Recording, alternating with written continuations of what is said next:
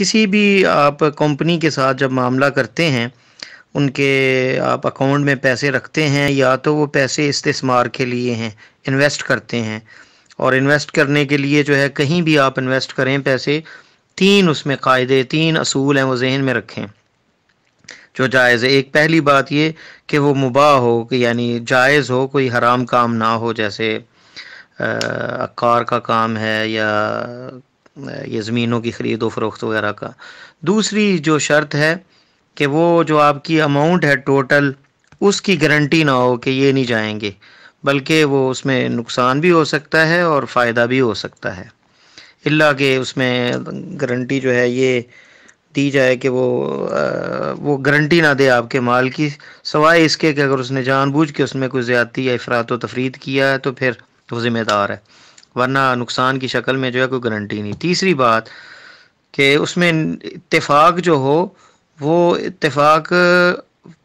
Profit پہ ہونا چاہیے، اس کے کتنا پرسنٹ پرافٹ ہوگا، 10 20 30، اس اماؤنٹ پہ نہیں کہ اگر 10 لاکھ ہے تو اس پہ 10% دیں گے جی،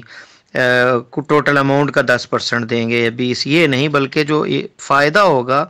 پرافٹ ہوگا، اس میں جو ہے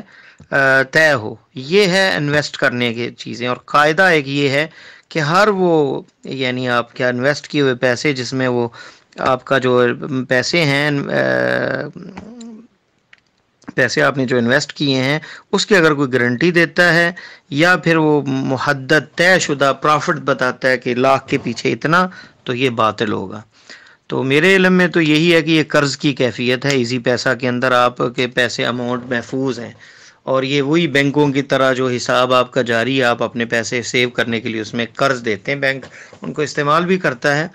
لیکن اس پہ جو ہے یہ فائدے حاصل کرنا، یہ قرض کے مقابلے میں فائدہ لینا جو ہے، وَأَيَّ قَرْضٍ جَرَى نَفْعًا فَهُوَ الرِّبَا، ہر وہ قرض جس سے فائدہ ملے وہ سود ہے۔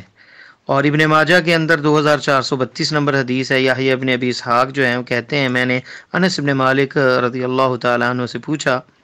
کہ آدمی ہم میں سے کوئی جو ہے اپنے بھائی کو قرض دیتا ہے تو وہ اسے تحفہ دیتا ہے،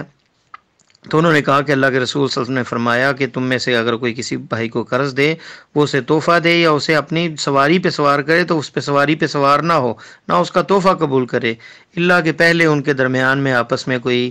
گفٹ لینا دینا اور اس طرح کا معاملہ ہو تو جائز ہے۔ اور صحیح بخاری کے اندر ابو بردہ سے ایک روایت ہے کہ جب مدینہ آئے تو عبداللہ ابن سلام نے کہا کہ یہ علاقہ جو ہے یہاں سود پھیلا ہوا ہے، یہودی ہیں یہاں اور سود کا کام ہے یہاں، تو اگر کسی کو قرض دو اور وہ تمہیں بدلے میں جو شعیر یا یہ چارہ یا کوئی بھی تمہیں اٹھائے کہ یہ لے لو تحفے میں دے دے، تو یہ قبول نہ کرنا، یہ جو ہے یہ ربا ہی کی قسم ہے۔ تو ایزی پیسے کے اندر مجھے تو یہی سمجھ آتی ہے کہ وہ قرض ہی ہوتا ہے کمپنی کے پاس، آپ کا جو پیسے سیو ہیں وہ انویسٹ نہیں کیے ہوتے کہ اس پہ آپ کو کوئی جو ہے وہ پرافٹ ملتا ہے منتھلی یا سالانہ، یا اسے وہ کسی کاروبار میں لگاتے ہیں، بلکہ آپ کے وہ پیسے محفوظ ہوتے ہیں، سیو ہوتے ہیں، قرض کی کیفیت ہے، اور اس پہ آپ کو وہ جو تحفے وغیرہ دیتے ہیں یا ڈسکاؤنٹ دیتے ہیں، یہ سود کی ہی شکل ہے، اس سے بچنا چاہیے۔ واللہ تعالی اعلم۔